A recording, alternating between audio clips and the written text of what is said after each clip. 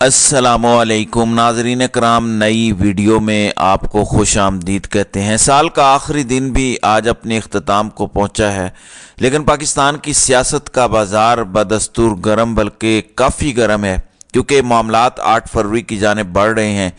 कल 30 दिसंबर को पाकिस्तान ने आलमी रिकॉर्ड कायम किया, और यह आलमी रिकॉर्ड कोई नेक नामी का नहीं बल्कि बदनामी का था, और ये हमारे बाबुओं ने कायम किया, जिसको उर्फ़ आम में नौकरशाही कहते हैं, ब्यूरोक्रेसी कहते हैं, सरकारी मुलाजमीन या अवामी खादिम कहते हैं।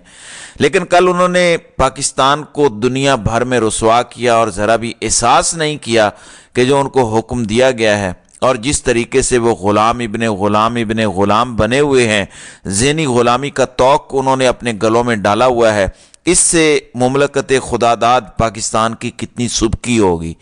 आज भी आलमी ज़राए अबलाग रिपोर्ट कर रहे हैं कि किस तरह से पाकिस्तान के इलेक्शन को दागदार करने के लिए यहाँ का सिस्टम हाईजैक हुआ है और कागजात मुस्तरद करके एक रास्ता तलाश करने की कोशिश की जा रही है।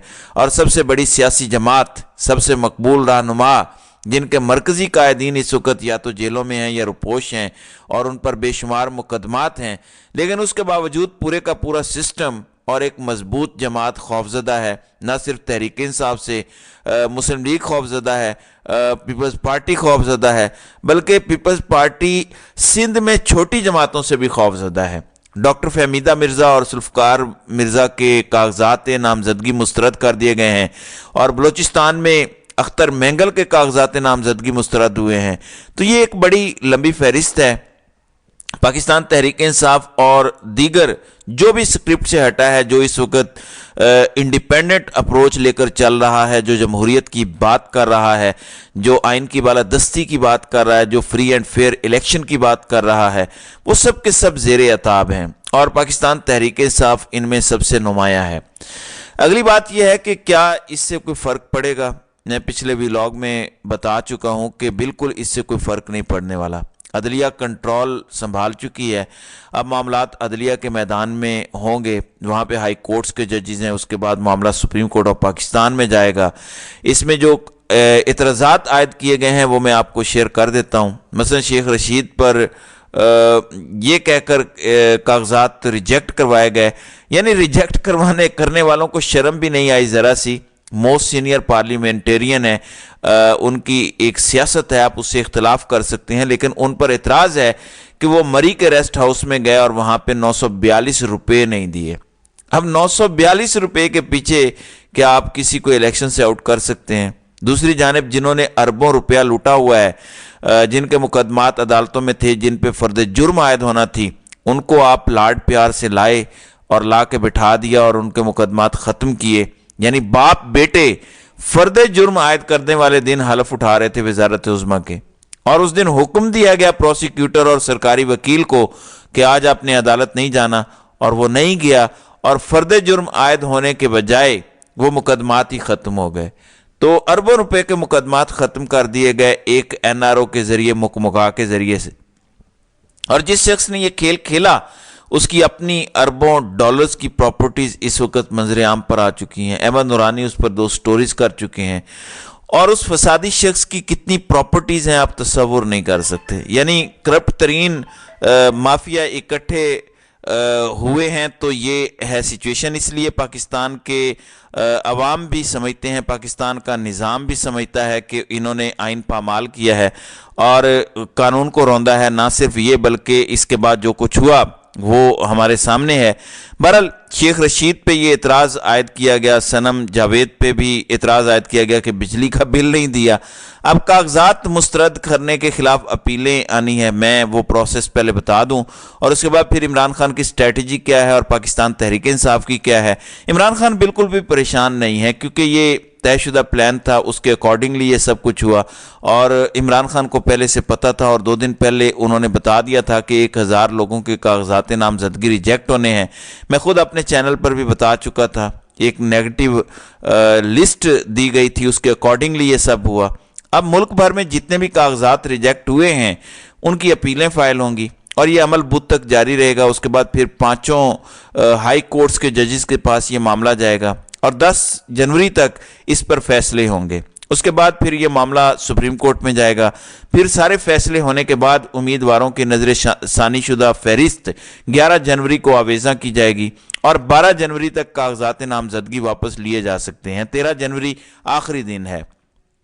پھر مخصوص نشستوں کے لیے امیدواروں کی حتمی فہرست 13 جنوری کو جاری کی جائے گی، جبکہ انتخابی نشان 13 جنوری کو الاٹ کیے جائیں گے. قومی اور صوبائی اسمبلی میں خواتین اور اقلیتوں کے مخصوص نشستوں کے کاغذات نامزدگی کی جانچ پڑتال اب 30 دسمبر کی بجائے 13 جنوری تک کی جائے گی. اس کی وجہ یہ ہے کہ مخصوص نشستوں پر تحریک انصاف کو الیکشن کمیشن نے از خود علیحدہ کر دیا کیونکہ انہوں نے بلے کا نشان واپس لے لیا.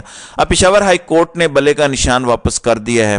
انہوں نے ایک اپیل فائل کی ہوئی ہے اور ان کو 100% پتہ ہے، الیکشن کمیشن کو 100% یقین ہے کہ بلے کا نشان پشاور ہائی کورٹ کا ڈویژن بینچ برقرار رکھے گا. اس لیے انہوں نے 30 دسمبر کی بجائے یہ 13 جنوری تک لے گئے ہیں. وہ سارا پلان جو انہوں نے کیا تھا، تحریک انصاف کے جتنے مرکزی قائدین ہیں جو مزاحمت کی علامت بنے ہوئے ہیں وہ جیلوں میں بھی ہیں، لیکن وہ پیچھے ہٹنے کو تیار نہیں ہیں.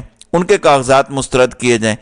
اب عمران خان نے کہا تھا کہ زیادہ سے زیادہ نامینیشن پیپرز فائل کیے جائیں. یہ کتنوں کو مسترد کریں گے؟ گو مخصوص ایسے حلقے ہیں جہاں پہ انہوں نے بڑے بڑے کھلاڑیوں کو آؤٹ کیا ہے، وہاں پہ امیدوار بہت اچھے ابھی بھی موجود ہیں جن کے کاغذات منظور ہو چکے ہیں، اور ایک بھی حلقہ ایسا نہیں ہے قومی یا صوبائی اسمبلیوں کا جہاں پہ پاکستان تحریک انصاف کے امیدوار موجود نہ ہوں. وہ موجود ہیں اور ان کے کاغذات بھی منظور ہو چکے ہیں. اور ابھی یہ جب فیصلے ہو جائیں گے، جو کاغذات مسترد ہوئے ہیں ان رہنماؤں کے جیسے ہی فیصلے ہوں گے ہائی کورٹ اور سپریم کورٹ سے، اگر ان میں کوئی بچ بھی گیا، یعنی کوئی پینڈنگ بھی رہا، اس کا فیصلہ نہ ہو سکا یا اس کے کاغذات مسترد رہے، پھر بھی ان حلقوں میں بہت سے پاکستان تحریک انصاف کے امیدوار موجود ہیں اور ان امیدواروں کو ٹکٹ دیا جائے گا، بلے کا نشان ہوگا. اب میٹر نہیں کرتا کہ کون سامنے ہے، بلکہ ایک اور حیرت انگیز سٹریٹجی عمران خان نے اپنائی ہے. انہوں نے نواز شریف کے مقابلے میں انتہائی کمزور آدمی کو ٹکٹ دینا ہے، عام آدمی کو ٹکٹ دینا ہے. مریم کے مقابلے میں بھی انتہائی عام کارکن آئے گا. حمزہ شہباز اور شہباز شریف کے ساتھ بھی یہی کیا جائے گا. تو پاکستان تحریک انصاف پوری طاقت سے لڑ رہی ہے. کل سردار لطیف کھوسا اور باقی وکلاء آئے، انہوں نے پریس کانفرنس کی، ٹی وی ٹاک شوز میں گئے، انہوں نے جو بتایا اس کے مطابق حسب توقع یہ سب کچھ ہو رہا ہے. ان کو سب کو علم تھا کہ کیا پلان بنایا ہوا ہے. اب 8 فروری کو فیصلہ ہونا ہے. منیب فاروق کی سماپ پر رپورٹ جاری ہو چکی ہے کہ لوگ اس سے متعلق کیا کہہ رہے ہیں. بلہ اور صرف بلہ. وہ کہتے ہیں کہ امیدوار کوئی بھی ہو ہمیں اس سے کوئی فرق نہیں پڑتا. بلہ ہے، عمران خان ہے تو بات ختم. لیڈر ٹھیک ہے تو باقی سب ٹھیک ہے. در حقیقت عمران خان نے پاکستان کی قوم کے ساتھ کوئی کھلواڑ نہیں کیا، کبھی برا نہیں کیا. انہوں نے 3.5 پونے 4 سالوں میں اس عوام کو بہت کچھ دیا.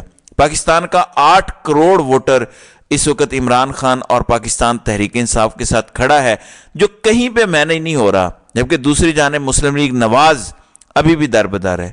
کبھی ایم کیو ایم کے در پر حاضری دے رہی ہے، کبھی پی ڈی ایم کے در پر جا رہی ہے، کبھی مسلم لیگ فنکشنل کے در پر جا رہی ہے اور کبھی کسی اور جماعت کی طرف جا رہی ہے. تو یہ ان کے منہ پر ایک لعنت کا ٹوکرا ہے جو انہوں نے سجایا ہوا ہے، اور یہی ان کی شکست کا واضح نشان ہے. تو بہرحال دیکھتے ہیں کہ آگے اگلے دنوں میں کیا ہوتا ہے.